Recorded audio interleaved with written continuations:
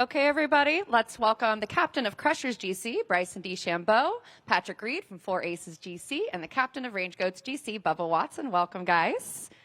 Thanks. I'm going to start out by letting you guys know that Friday is going to mark the 100th round of competition of LIV Golf.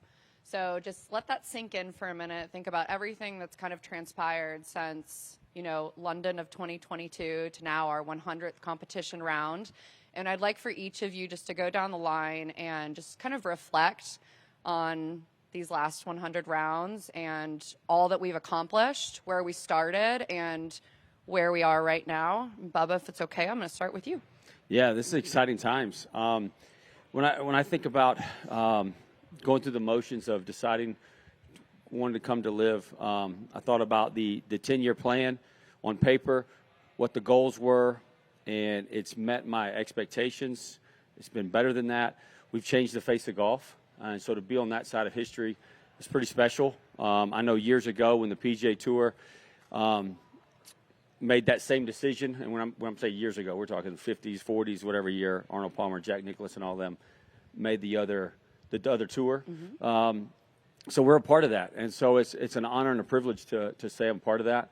Scotty Scheffler's made a lot of money this year because of the changes that we've started putting in place, and I believe that golf is actually growing in the right spot, and I think team golf is here to stay. So I'm excited for the next few events, the next few years, and hopefully the Range Goats can beat the Crushers. What? Oh, I didn't know you were here. Sorry. Patrick, when you reflect back on these last couple of years and 100 rounds, what comes to mind? What comes up for you? Too many rounds, no wins. I mean, that's what comes to my mind. But, no, I think the biggest thing was when we first started, obviously we knew the plan. We knew what LIV was trying to do and what the mold and what we were going to do. And for it to come around so quickly and how successful it's been so fast is absolutely outstanding. I mean, I've loved every minute of it. I can't wait to continue playing and, for a lot more rounds than 100 and get hopefully to 1,000 soon. And, just watch it continue to grow and change the game of golf and show a faster and more fun side of golf, not just the old traditions, because, things need to evolve, things need to change, and I feel like that's what LIV did. They stepped into in a world that was all about tradition only and has changed the face of golf for the better. And I feel like with LIV, we're now allowed to touch a lot broader and better way of golf. I mean, golf's slow, boring, long, and we've now brought in the fast and more entertaining part of life. And Bryson, piggybacking off of what Patrick said, how far we've come, how quickly. Did you expect us to be as far along as we are after only 100 rounds? Well, look, I didn't know where we would exactly be at 100 rounds, but I can tell you that the ideas behind it, especially when I was having conversations back in 2022 and whatnot, with where this was going to go, I expected there to be a lot of progress, but the progress has been amazingly awesome from everything that we've done, everything that each team has individually done, the players, what they've done to make this league what it is now today is quite impressive. And as I look at a 5-year vision, 10-year vision, I just see this thing exploding here shortly. When people start to see the true value that we're bringing, that intrinsic value is only going to exponentiate over the course of time, which is what I'm excited for. I'm waiting for that kind of domino effect for it to start falling in that cool direction that we see here on our side at LIV, especially with the team aspect. It feels a lot like it's some of the highest level golf with, feel like you have a family out here and some really good friends that can help, I guess you could say, make everybody better. And that's what I'm excited to see, is how that progresses, how it transforms, the sponsors that come in, the people that are a part of it, that want to be a part of it. And for me to see that potential out there, we just got to get after it and get it, because it's all right there. It's all right there for the taking, and I'm super excited for these 100 days and how 100 rounds and how they've gone. And obviously I've won a couple, and the Crushers has done well, and we've won a team championship, and I'm super proud of the guys, and that's what we set out to do. But we want to keep doing that. We want Paul, Bond, Charles to keep pushing forward, and I'll keep doing my job, and that's what I'm excited about. And hopefully it pushes these guys over here and other teams to move forward in that direction as well. Love it. So switching gears a little bit for Patrick and Bubba, you guys spend a lot of time at the Greenbrier. We bring your families here. You guys really love it. Tell me what makes the Greenbrier so special. Start with you, Bubba. The atmosphere. And when you think about the atmosphere, this is a community. This property runs this community. A lot of people from this community work here. They're proud of this. This has got a lot of history here. And then when you think about the beauty with the hills, the mountains, the trees, the water, there's so many activities you can do here. Nature, right, Bubba? You're all about nature? Yes, giving back, going green. Yes. So So when I think about all the stuff that you can do as a family, there's so many things you can do. I think Thomas Peters, he went on a buggy ride yesterday. He went a little fast, I heard, but he survived it. And so there's so many things you can do around here that are fun for families, fun for kids. And again, the atmosphere, the people around here just treat you so lovingly. I lived here for a few years, and I have nothing but great memories and great things to say about this beautiful state and what they've created here at Greenbrier. And Patrick? One thing about this place is one of the words he kept saying, family. It's a place that when my family, everyone comes, they treat you like family. They treat you like you're one of their own. And it's, obviously when you look at the place, you look at the rooms, everything, it's like taking a step back in time. And I think that's an absolutely amazing place to be able to put your phone down and slow everything down. I mean, the world these days is so fast. Everything has to get done so quickly. And every time I've come here with my family at Greenbrier, it's like everything stops and it's slow motion. You actually get to enjoy life, enjoy your time with family. You have so many activities to do. And the golf course is absolutely amazing, even when I play in 40-degree weather during Thanksgiving and things like that. And it's one of these places that it doesn't matter what your age is, there's something to do that everyone can do, and it includes everyone. And I think that's huge, especially nowadays, is that everyone's included, everyone has something to do, everyone has fun, and you just have quality family time, and the staff in this area and the people are what help make that happen. And Bryson, you love Greenbrier for a different reason. Well, I like it for family as well. I mean, I tell you, real quickly, just this place feels like I'm a kid again. You get out here and you see nature, you see the trails, you see going on a hike. I grew up in Fresno. We'd go up to the mountains every once in a while, and that's just kind of what it feels like a little bit. And obviously, it's more forested here and whatnot, but with different trees. But what I can tell you is that, yes, 61, 58 on the weekend, one last year. I mean, shoot, couldn't be more special. But being here in general is just an amazing experience that you feel at home.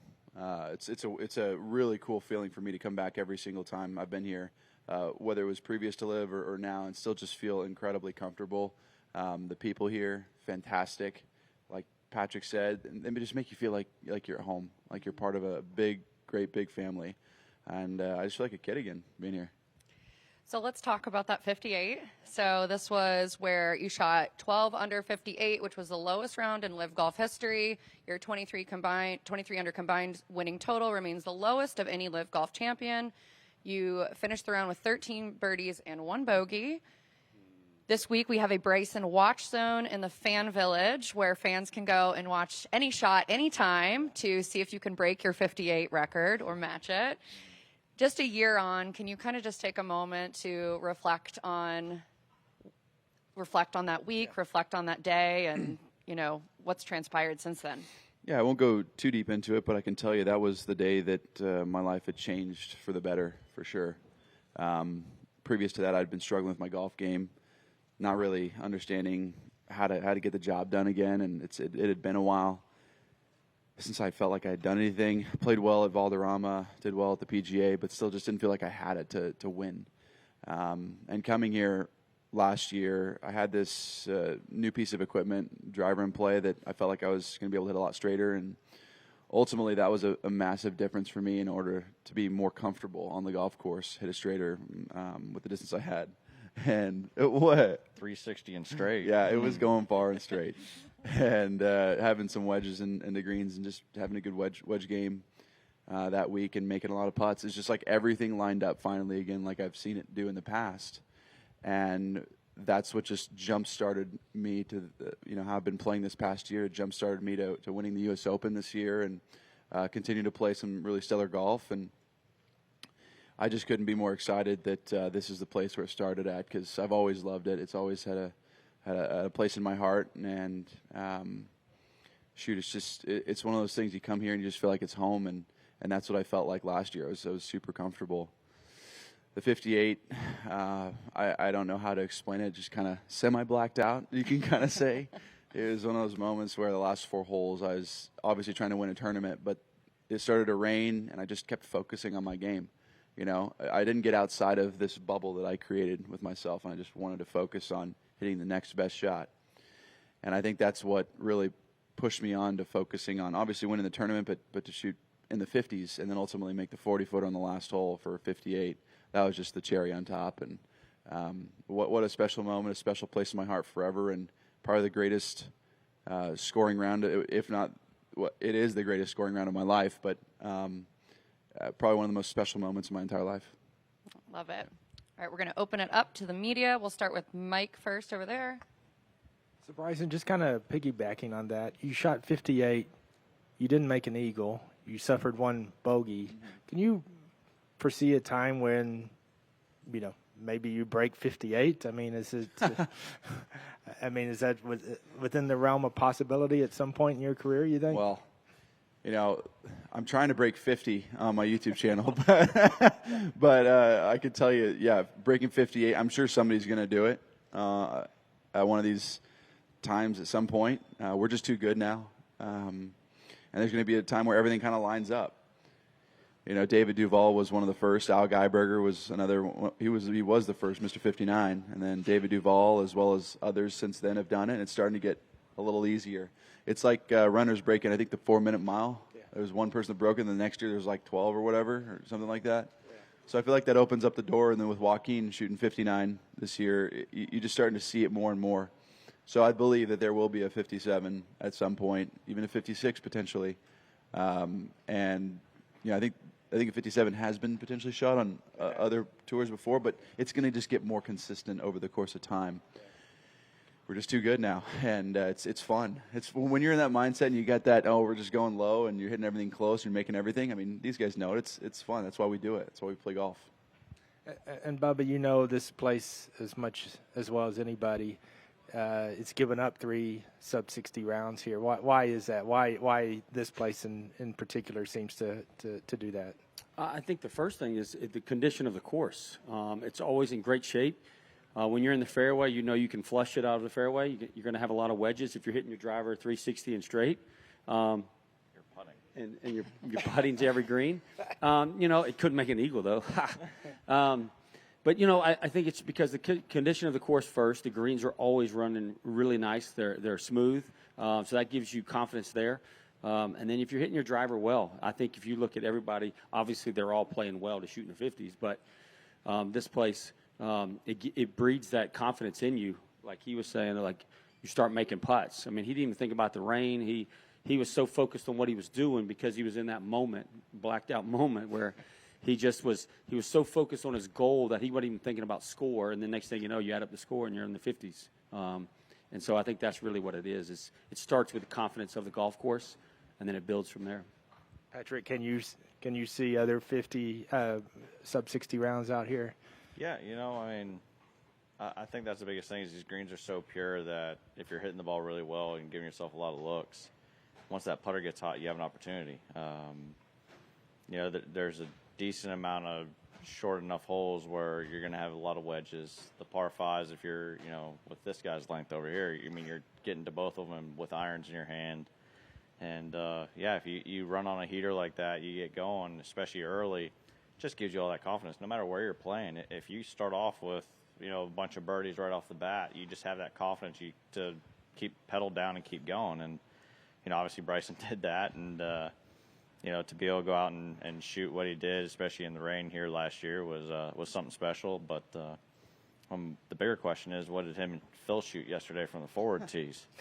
That's a bigger question. Cause I heard they shot worse. Because when they played through me on 14, they were at 13 under through 14. I'm sitting there trying to add up. I go, well, Bryson might have beat them alone. So, but no, I mean, you can definitely see it with the talent that the guys have out here, with how good this golf course is and the shape it's in.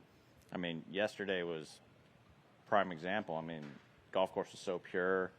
It was, weather was perfect, very little wind. I mean, it was a perfect scenario yesterday that, somebody could go low if they get on a hot streak. I think the most impressive thing about what Bryson did was it was wet. It was wet, it was raining, and he's still able to have that control, because when you add moisture to the golf ball, it's hard to get that golf ball to go exactly where you want all the time. And for him to go out and shoot 58 in that kind of conditions was something special. And Bryson, you mentioned the break 50. You're going to drop another one today. Yeah.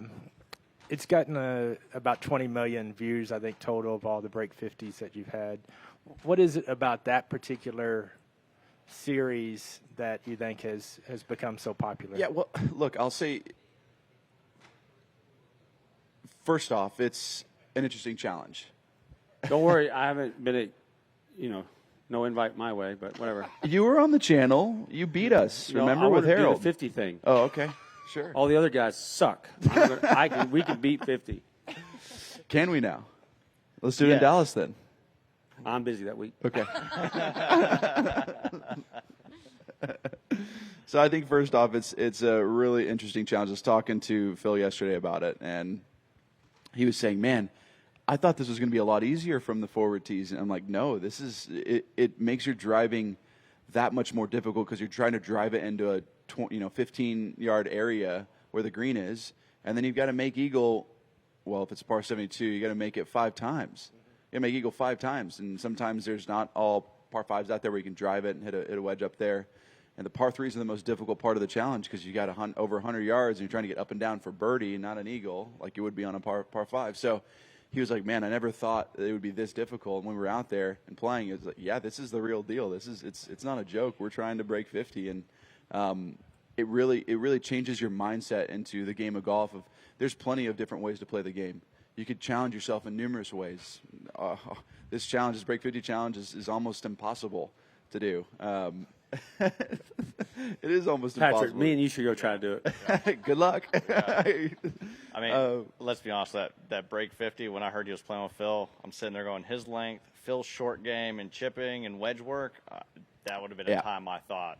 I thought so too. Especially when I was out there playing yesterday and they come whipping through and I hear they're playing, no wind. I'm like, whew. I can't wait for that to drop to see if y'all do it. And part of the other aspect of it is the content that we're able to create from it. There's so many cool, unique moments, hitting a golf ball close from the tee, one-liners, whatever it is. I mean, it's an entertainment piece as well. So you've got that content piece of us trying to break 50, and then also the content of us just being who we are. And it showcases our personalities a lot more, and I think that's what's so unique and cool about it. And it just exposes golf to a younger generation on YouTube, and gets more people involved in the game of golf. And my goal in all of that is to bring young viewers to LIV Golf, to the teams, to all of us out here. And I think that's the main important part of it that a lot of people don't understand is that it's trying to reach a new generation of potential golfers. That's what LIV's doing. That's what I'm trying to accomplish alongside LIV and with LIV as a partner as well. It's a symbiotic relationship where we can exponentiate the game of golf in a really cool, unique way. Is there one favorite moment that sticks out in your mind so far of all the ones that you've posted? Well, to be honest, my favorite moment was the first one we actually did. My opinion on that is solely focused on the fact I did it for the first time with Garrett Clark, and we had a chance to do it on the last hole. We just had to chip in for eagle on the last hole. We would have done it at this golf course. Now, it was a shorter golf course, really easy golf course. You're hitting irons into a lot of the par fours, but still, like, we had a great chance to break 50 on a legitimate golf course, and we didn't do it. But again, just it solidified the fact that, wow, this challenge was real and possible, and I want to do it with anyone and everyone that wants to be a part of it. You know, I think that was a really cool moment for you, that first video we ever did with Garrett Clark. Cool. Thanks. Okay. I think Channel 10. Sure. Tyler, nice to meet you. I guess I'm just curious for anyone with a course like this where you talk about like being able to break 60 here, fairly common among the tournaments. Does it change the approach that you have on a course like this? Does it allow you to be more aggressive? Do you come in thinking that you can go low, especially with the comfortability factor of it? Yeah, to me, it feels like Monday qualifier every day. You come to a golf course like this, and you can't just cruise around and shoot 300, 400, or 500 a day. Yeah, you have to just right from the beginning go out and be aggressive, go make as many birdies as you can. But you have to be smart. I mean, you can't be reckless out there and be hyper aggressive. You have to pick your moments. But yeah, every time I come here, it reminds me of every time I've played the Monday qualifiers. You have 18 holes, you have to shoot 6, 7 under. A day, at worst 5 under to have a chance. And, I mean, it shows every time you come out here. I mean, you have sub-60s a couple times out here, but at the same time, I mean, you see, I'm pretty sure a decent amount of 61, 62, 63s happen. Well, here on LIV, when you only have 54 holes, if someone goes out and shoots something like that, you can't go and shoot 68 and have a chance. You have to go out and get out to 5, 6, 7 under par start, and then after that, you have to do it every day because you have to go low. Yeah, I mean, it's a golf course where, like, I shot 68 in the first round, and I was behind the 8 ball quite a bit, and then you got to go shoot a couple lower rounds to get the job done. 119. But yeah, 119. But my point exactly is that it's a golf course that you've got to hit it straight. You've got to hit your wedges good, and you got to make a lot of putts. It is like a bit of a Monday qualifier, which is fun. We sometimes want those events out here. We want to give the fans something unique and cool and fireworks going off. So I respect and appreciate that, and I think it's a unique opportunity to showcase some skill set of ours that we're not always allowed to just fire at everything, and I think it's fun. It's fun to be able to do that for us sometimes. With this being like the penultimate tournament of the season, is it cool to have something where you're talking about how comfortable that the environment is heading into that stretch at the end? Anytime you get to a place and you feel comfortable, I mean, that's great for any of us. I know Bubba and Patrick, they love this place, and as do I. I feel like it's a comfortable environment, and that only aids to the fact of going out there and just being in your own game and playing your own game and playing well just because you're comfortable. There are times, like, I've gone to a golf course and I've been super uncomfortable. I'm like, why am I uncomfortable? Things aren't simple. They're not easy. I've got to go through a bunch of hoops to get to the driving range or do this or that, whatever. And it just creates some added stress you don't need that ultimately could potentially hurt. It doesn't mean it's going to, but sometimes you feel uncomfortable and your week doesn't go the way you plan. Anytime you get that comfort out here, it just allows us to fire and go low. So, yeah. Last thing, just in terms of the format difference between this and past tournaments held here, just any thoughts on that, if you prefer the team style or the traditional? Team. 100% team. I mean, anytime you're not doing your best on Sunday and you don't have a chance for the individual title, you're still playing for your team. I think that's what's so cool about this tournament and LIV in general is the ability to always participate no matter where you're at on the leaderboard. But it's still, you've got to play well. Like, there's a relegation aspect to it, and if you don't play well throughout the season, you're going to have to make your way back on. And I think that's the beautiful part about it is that it rewards good play and penalizes bad play to the extremes. Channel 10. We touched on 100 rounds of golf being played with LIV and what that's done over the past few years. Can you speak to the respect level from perhaps the outsiders that's come along with that and growing LIV, but also garnering respect from those that perhaps were doubters at the outset of it? I mean, I'll speak to that. I'm staying at a friend's house this week, and it's been awesome to see the change from individuals around the community around here. And not only the respect but the understanding. I think there's a difference in understanding of what we're trying to accomplish. It's not, a one-off thing or whatnot. It is here to stay, and we're here to provide great entertainment, here to inspire and hopefully educate people on a new format that is going to keep them interested throughout every single shot that we hit. And I think that's what's so cool, and the impact we can make in the community too. Seeing how much we have done for Greenbrier and being able to help out this community on a whole nother level is what LIV is all about. I mean, me personally with LIV, what I think is so unique is with having a team aspect.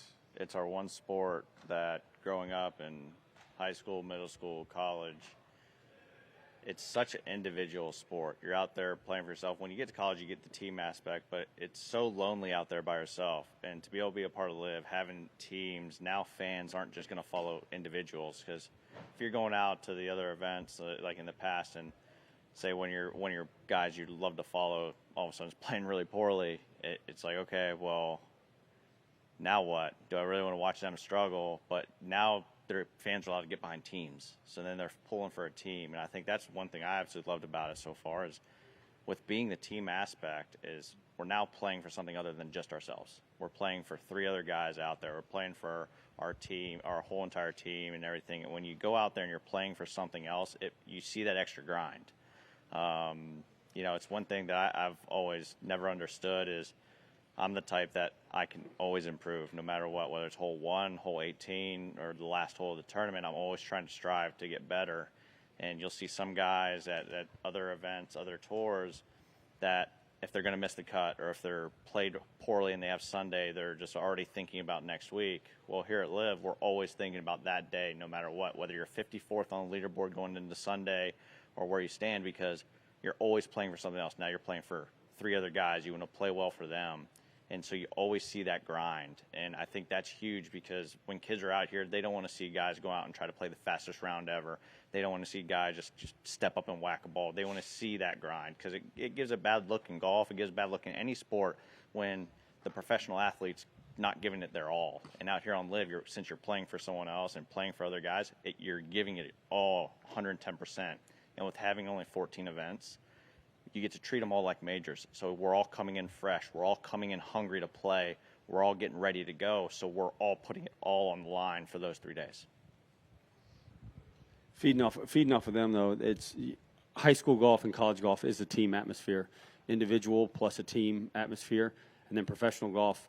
The biggest events that I know of in professional golf are team events. There's 2 of them. Every other year there's an event, and we've all played on those team events. And now professional golf is bringing a league that has team and individual at the same time. So there's 2 tournaments in one. And this is what we play for. And on Sunday, you can't hide.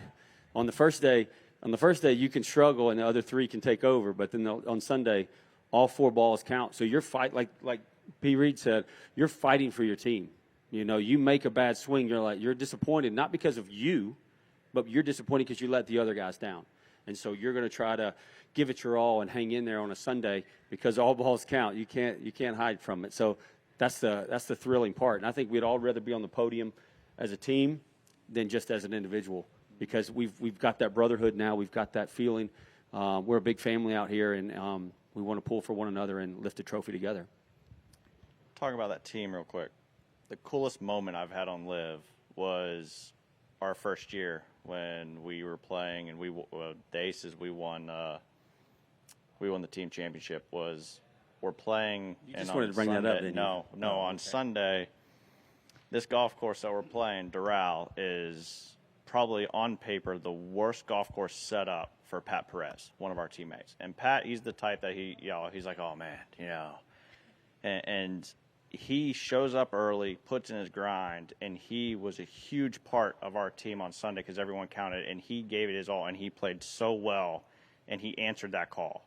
Now, a lot of guys, if they're going to a place that they're not playing well, they don't like a golf course on other tours, they're just like, all right, let's just go through the motions. And to see a guy like that go out and give everything he has because he's playing for 3 other guys and goes and gets it done to help our team go ahead and win, that to me, those moments are what you're going to see out here on LIV that you probably won't see out on other golf tours because you're not playing for other guys. You're playing for yourself. And my boy PP, go out and play like he did, and to do it at a place that I know he doesn't like, that he on paper he shouldn't like, and he's able to go out and do it. Those are the kind of things that this league brings to us that I think is very important. Well said. I think we've got time for one more over there. Hey, Bryson. I just wanted to say congrats on getting 1 million subs. I know you're Thanks. really looking forward to that. And with that success, do you have plans to maybe have a second channel where you kind of bring more golf content that kind of gets into the weeds of what you're doing in the lab, if you were? Yeah, there are future plans for that. We want to continue to grow that audience and inspire a younger generation. Continue that on my main channel, and for secondary channel, there's always that option, especially in different languages and whatnot. That's a totally new option as well for us that we're looking into. So yeah. Do you mind sending me an Italian sub, a little toasted, please? Thank you guys so much for our very casual press conference. I appreciate you guys. I hope you all play Thanks. wonderful this week, and we will be on Bryson Watch. Thank